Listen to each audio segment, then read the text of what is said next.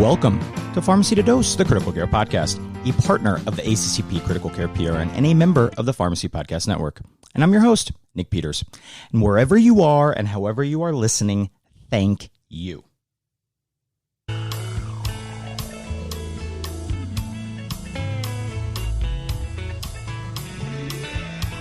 Now, this is the Trial of the Week, where I review a landmark trial that was published this month. And we love having, first or senior authors of these trials to join us, but rarely are we lucky enough to have the first author of a New England Journal of Medicine landmark RCT joining us. Published in August 2017, we're going to be reviewing the ATHOS-3 trial featuring angiotensin 2 with the lead investigator, Dr. Ashish Khanna. So we set the scene, we're going to give some background and context, what was treatment like then. We go into details and review that trial of the week, and then close with where are we now? How does this affect our care of the critically ill? This one is so great, so let's get going.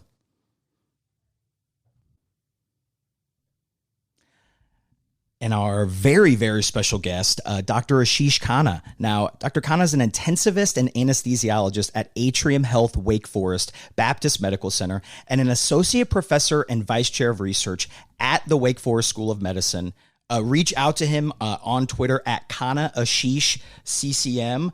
Dr. Khanna, thank you so much for joining us today to talk about the landmark ATHOS-3 trial. How are you doing?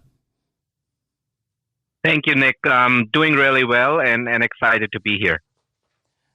So I'm so excited to talk with you. I kind of want to just get right into it. And let's kind of like set the scene. It's kind of the mid-2010s. And prior to angiotensin 2, when was the last new vasopressor we had? Like, how novel was angiotensin 2 in the scheme of like our vasoactive agents? Yeah, Nick, that really sets the scene, right? So, I mean, prior to angiotensin 2, it had certainly been like almost 2 decades or more since the last commercially used, clinically used vasopressor was investigated and brought through to clinical use as we know it, right? Now, I will say in the same breath, though, that angiotensin 2 is not a new vasopressor or not a new discovery per se. One of my favorite slides around angiotensin 2 is the earliest papers around angiotensin 2 that came up in 1961, to be precise, and that the discovery of the actual compound and its initial name, hypertensin, dates to 1957, right? So it's not a new vasopressor per se, but yes, clinical use and phase 3 trials, et cetera, yes, there had not been anything else done for the last 2 or 3 decades till angiotensin 2 came along. It's really buying into the critical care mantra of what's old is new again, right? And this is another example of it's an older drug that we're going to repurpose and find kind of a new indication for. So I love that. 1961. I didn't know that. Now, what's its mechanism of action like as a vasopressor? Like, how is it actually working to bring that pressure up? Well, the mechanism of action as a vasopressor is relatively simple. Angiotensin 2, as we know, is primarily a vasoconstrictor. It increases afterload, although it does increase the release of aldosterone, so it does increase fluid retention as well. So it does lead to some volume expansion as well as sort of a secondary mechanism. Now, having said that, there is some data that suggests that there is some synergism with vasopressin. Again, we did not see this, and we haven't done enough patients to actually work on this hypothesis in the clinical space, but there is some animal data to suggest some synergism with vasopressin as well. So I guess you call it the ATHOS-1, the pilot study, it was published in the journal Critical Care in October 2014, registered as a clinical trial in July of 2011. So keeping in mind, that's when we got that first data. When did you start working on the ATHOS-3 trial? And like, give us some perspective as to, how much work goes into on the front end into a trial like that? Because the other thing I noticed as I was going through is I don't see your name on the initial ATHOS-1 author list. So it seems like you probably got involved somewhere in between. Yes. So, even though some of the ATHOS-1 authors went on to be ATHOS-3 authors as well, I wasn't directly involved with the ATHOS pilot trial. The ATHOS pilot trial basically was a small pilot trial, I believe 20 patients in all, 10 each, Ang2 versus placebo, and saw some encouraging results with hemodynamic stability and norepinephrine sparing. I got involved when the ATHOS-3 trial was being developed, and it takes I will tell you that it takes a village.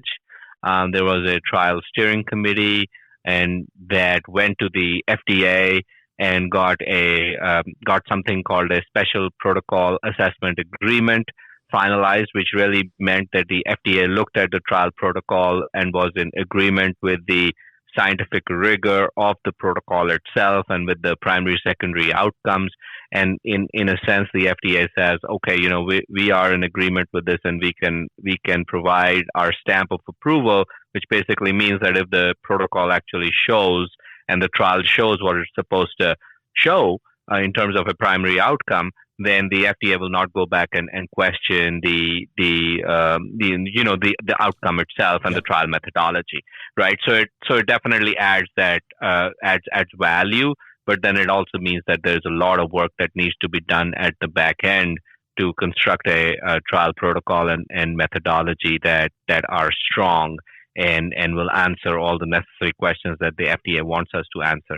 So just to give the real life perspective, I was coming out of fellowship training, and this trial was handed to me as the PI at the Cleveland Clinic, which is where I was at that time. And it was certainly a big deal because it was one of the first clinical trials that I was involved with. And it appeared to be I was involved with looking at the trial protocol initially, and I remember thinking, wow, this is going to be challenging in several different ways.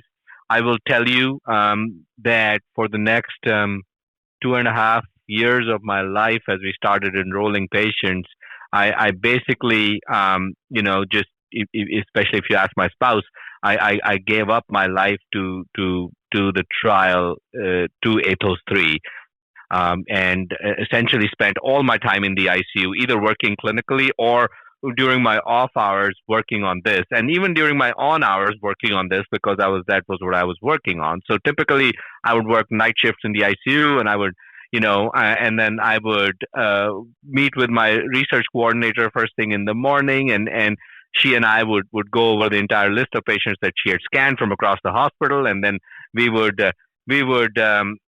jointly go consent patients, and then I would go home, get a few hours of sleep. She would get everything ready. Then she would randomize and start enrollment. I would come back in the afternoon, help out with the initial, drug titration. It was tricky. It was difficult. And we would sort of go back and forth, but essentially gave up a large chunk of our lives for the trial itself. And so, I mean, it sounds like essentially you're on call more or less one way or the other for that whole time, right? Whether it's clinical or research, right?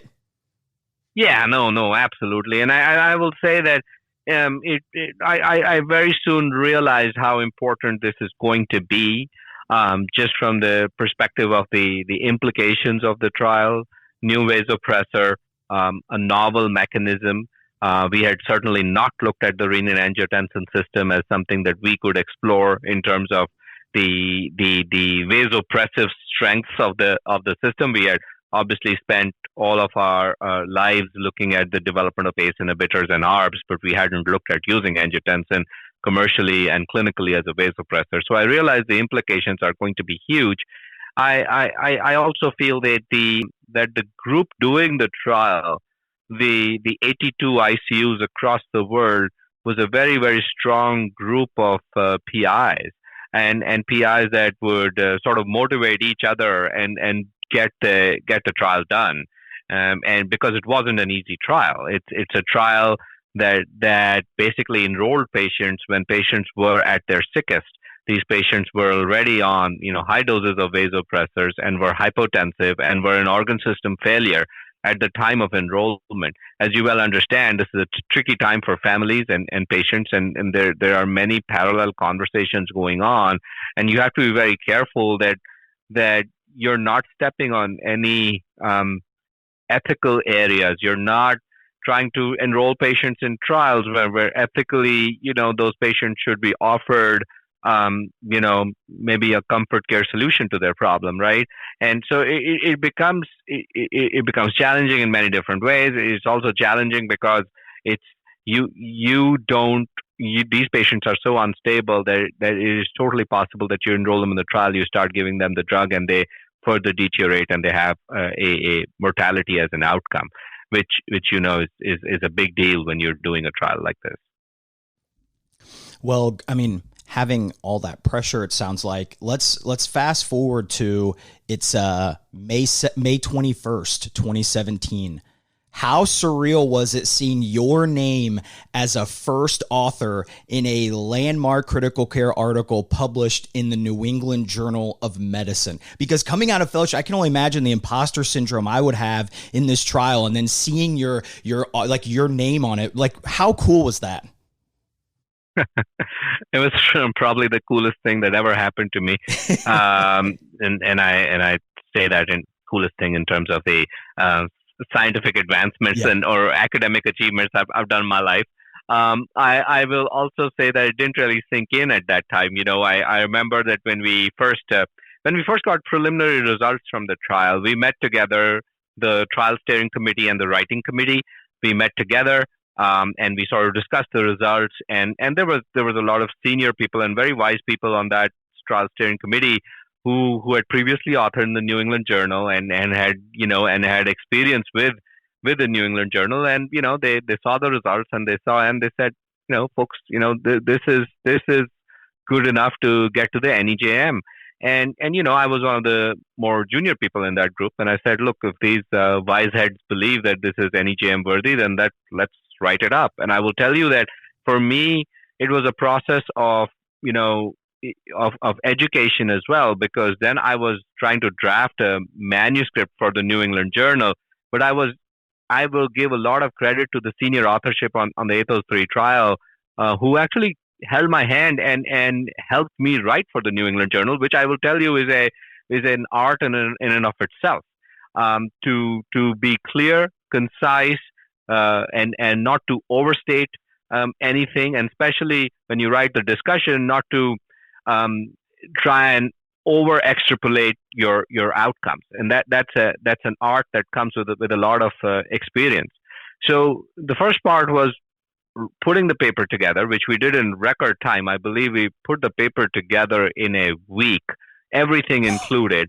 Wow. And then we, because basically, I cleared out everything on my schedule and said, that's the only thing I'm going to do. And some of the senior authorship, and I'll take names, Rinaldo Bellomo specifically, he, really sat down with me and we wrote together, and he helped me write. And then we submitted it, and then we were in an expedited review process. They had given us an expedited review, which basically means that the journal says, we'll get you peer review in, I believe, a week or 2 weeks. And when they sent us back peer review, it was an exhaustive peer review, right? It was like, I remember it was like 6 or 7 pages of reviewer comments. And again, we got together, we answered everything. And like you said, Nick, the feeling was surreal when I got that acceptance email saying we're happy to accept this in the New England Journal. It didn't really hit me at that time. I was excited. I knew that this was huge, but it didn't really sink in right away. I will tell you that it started sinking in more when I saw the downstream implications being the FDA approval of the drug that followed soon enough, It also sank in more when I actually held the paper copy of the journal in my hand, which, the print copy, it takes a little bit for the print copy to get to you. And an interesting side story is during the process of the ATHOS-3 trial, I had gone from having one toddler at home to my wife being pregnant with twins and then delivering twins. So January 2017 is when the twins were born, right around that time. So my house was in a major pandemonium state. My eldest was 3 years old. The twins were a few months old. You can well imagine what was going on. So clearly, in my wife's eyes, she was like, "Whatever you're doing with this angiotensin, and whatever it is, just get done with it because I want you to focus." Right? Like this. This house is on fire. I got children all over the place. You don't know how to handle this, and you're just busy with whatever you're doing. So she was happy, not because we had made it to the New England Journal. The only thing she told me when I first published it, she was like, "Are we done with this now?" Okay. and then not to prolong the story, but the other part of it was I remember coming home with a paper copy of the journal, and my in-laws were visiting from India, and even though they're actually both physicians, they had minimal knowledge of what the New England Journal was. So I remember handing my father-in-law a copy, and he said, "This is it. This is what you were so excited about. This looks like a very thin, flimsy, whatever journal that looks like it's only for the New England area. So it's not even like a national journal." So it's not even a book. It's a magazine. That's not even a book.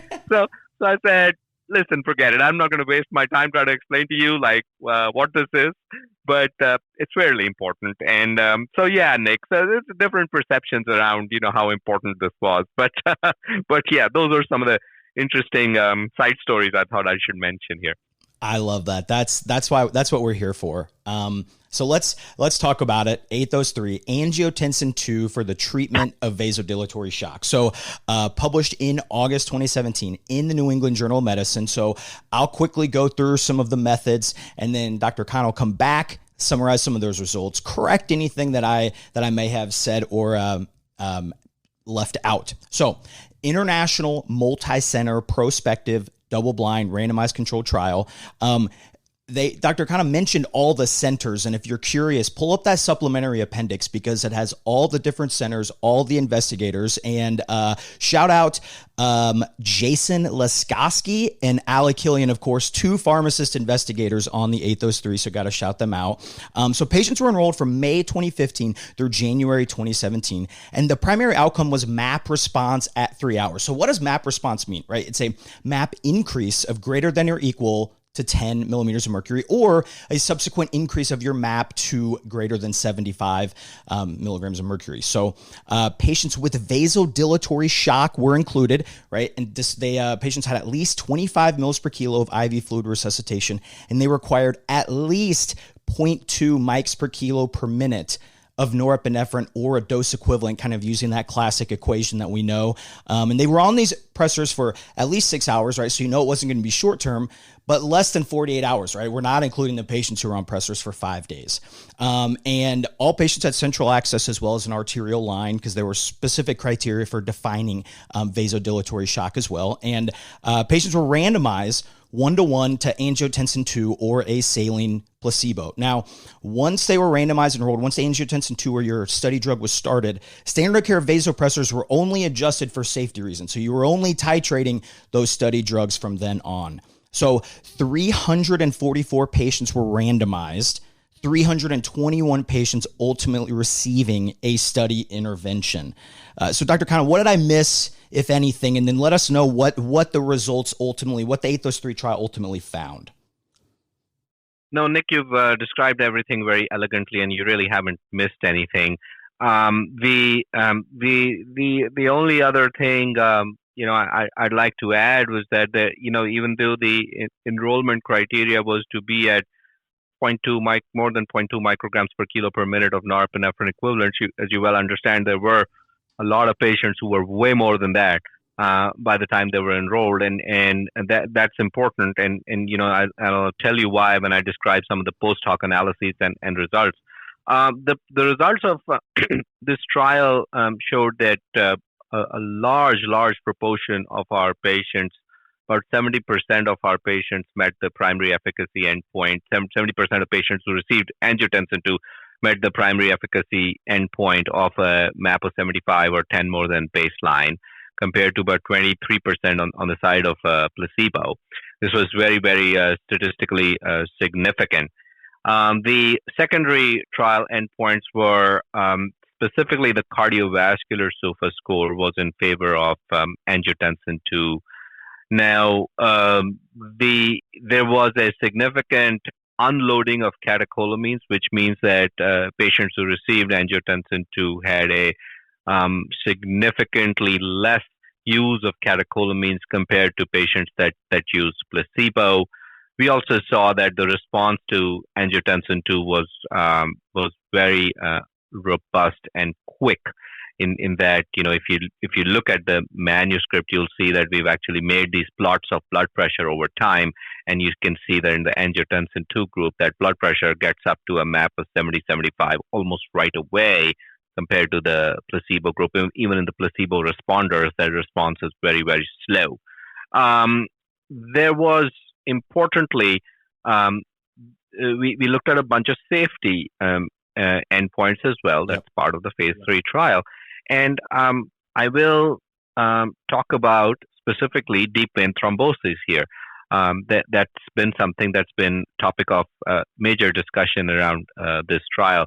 That was the one endpoint that in the New England Journal, in the manuscript itself, the way we've described it, there was no difference in the two groups in terms of that particular endpoint.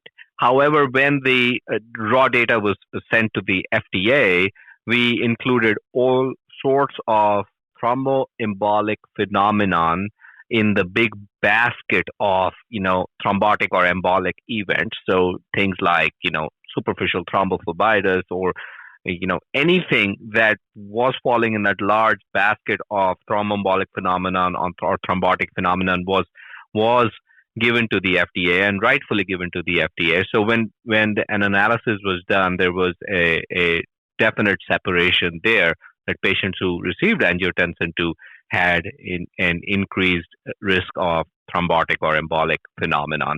I think the data is data, and I'm not arguing against the data. I think there is that signal.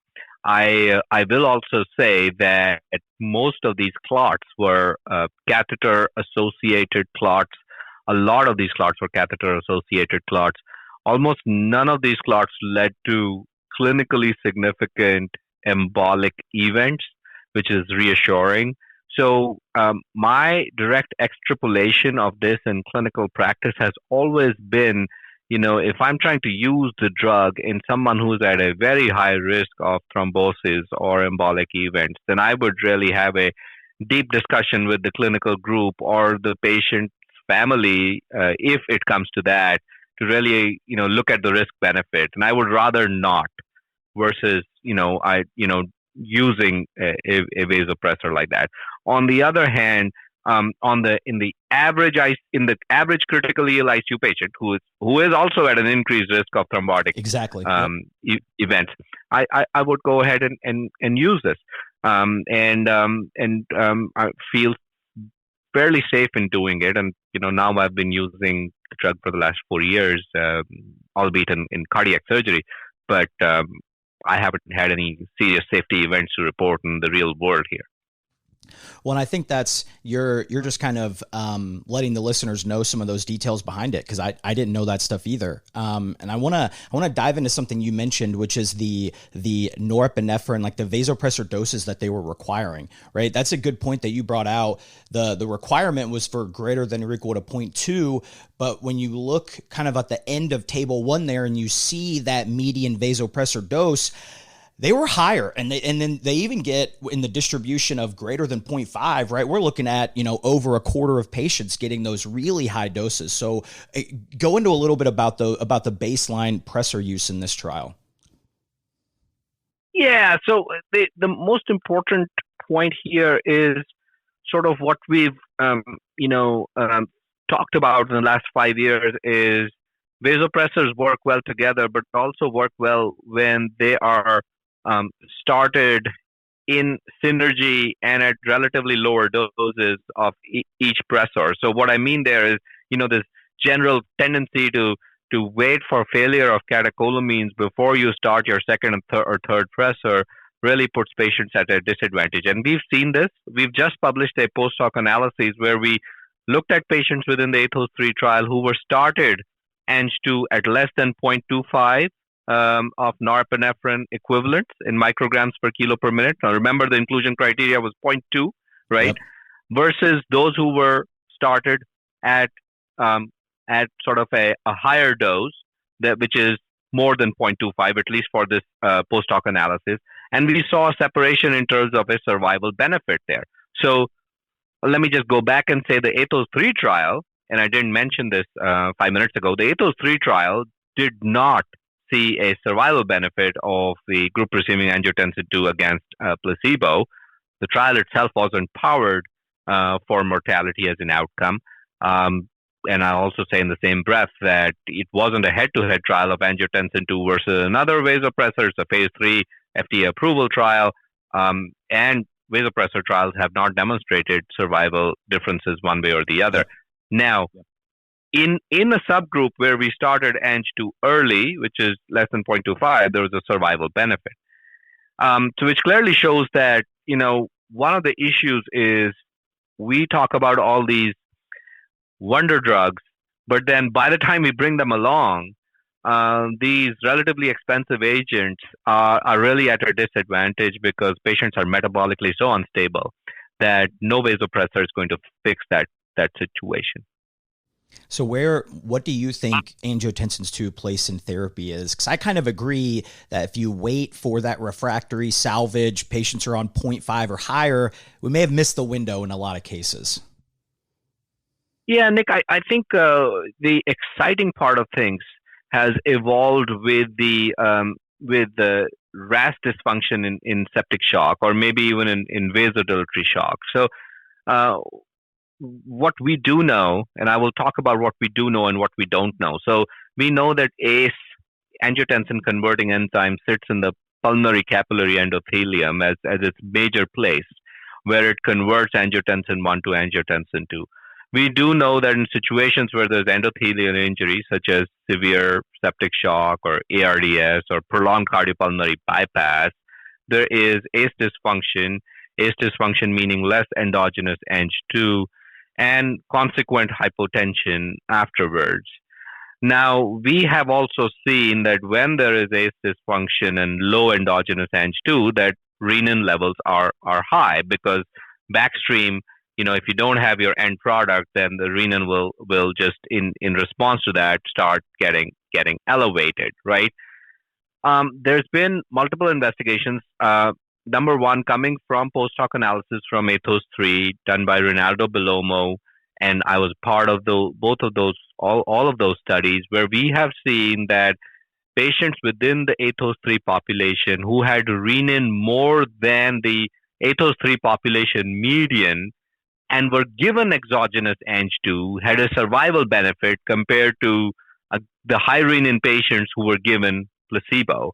So clearly showing that there is an endogenous Ang2 deficiency, you replace that and you fix the high renin problem, then there is a survival benefit in a subset of patients, right? Furthermore, we also saw when we did further layers of investigations here, we saw that in patients in the ATHOS-3 group who started with a high renin and were given Ang2 versus given placebo, when we measured their renins again at hour 3, that was the time of the primary efficacy endpoint, patients who were given Ang2 had a significant drop in their renin levels. Patients with placebo had no change in their renin level whatsoever. And then we saw similar changes with Ang1, Ang2 ratios as well within the ATHOS-3 population. Now, all of these were within ATHOS-3 post-hoc analyses. Recently, a group in Belgium and then another group in Maryland came up with two separate analyses where they have shown that renin is a better predictor of organ perfusion and mortality compared to lactate in critically ill hypotensive patients. And they've looked at the change in renin over time in these patients and been able to establish both renin thresholds and change in renin that would predict mortality. I think all of this story pieces together really nicely, that there is a phenotype of shock that we can identify, that's high renin shock. That high renin shock is associated with really poor outcomes. And there is a targeted biomarker here that responds to exogenous Ang2. You give the Ang2 that reverses this high levels of this biomarker and improves survivability. And that, for me, of all the post-hoc work we've done around ATHOS-3, has been the most compelling, because that's also set me off on a journey of further investigation. Like, we are looking at other septic shock populations right now and trying to evaluate what exactly is going on with the different components of the RAS pathway.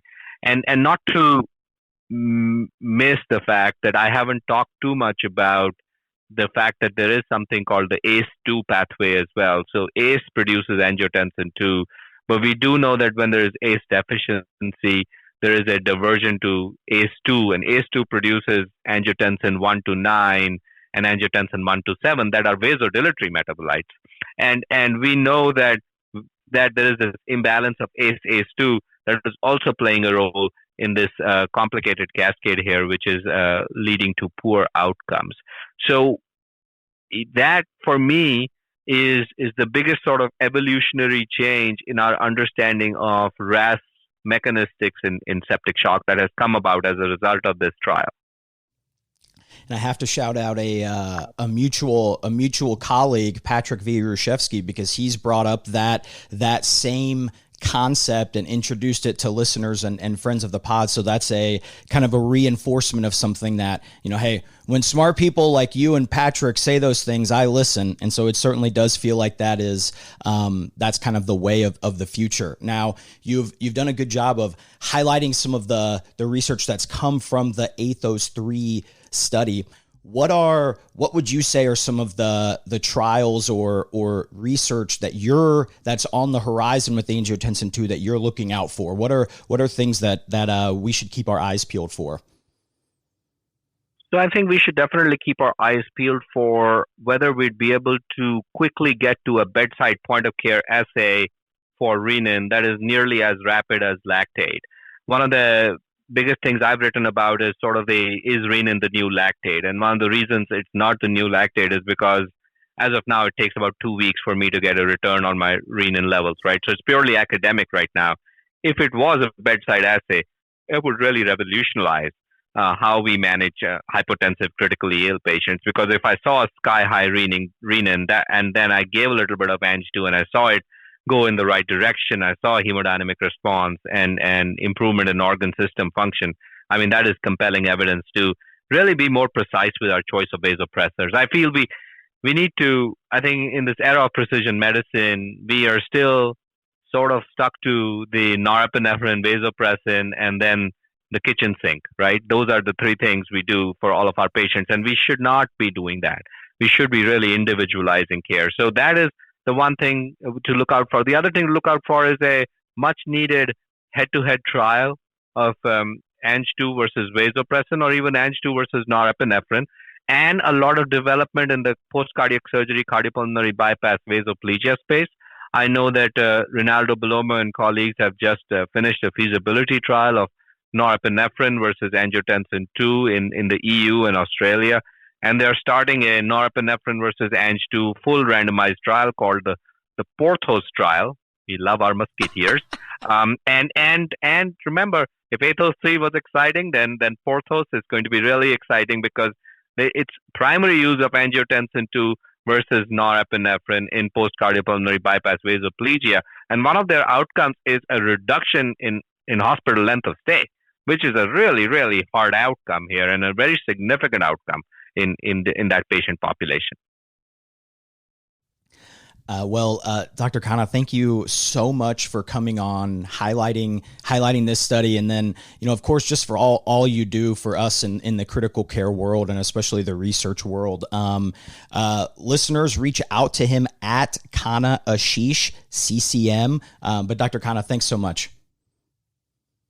Nick, it was a pleasure. I loved it. I love talking about the RAS and angiotensin. So thank you so much for doing this for us. Wow. What a huge thanks to Dr. Ashish Khanna for joining. What a great episode today. Reach out to him at Khanna Ashish CCM on Twitter or X. Let him know what you're thinking. And then, of course, reach out to me at PharmacyToDose, TO2Dose, or PharmacyToDose at gmail.com. So we just finished the first month, right? It's the first month of Trials of the Week in August. I like them. It seems from some of the feedback that I'm getting that you all may like them as well. Let me know what you think. Feedback, right? Positive, constructive, what have you. Come to the website as well, PharmacyToDose.com, where you'll find a reference list with a couple of the articles that we mentioned today and more. And until next time, I'm Nick Peters, and this is Pharmacy to Dose, the Critical Care Podcast. The Critical Care PRN optimizes drug therapy outcomes by promoting excellence and innovation in clinical pharmacy practice, research, and education. For more information, go to critprn.accp.com. Again, that is critprn.accp.com.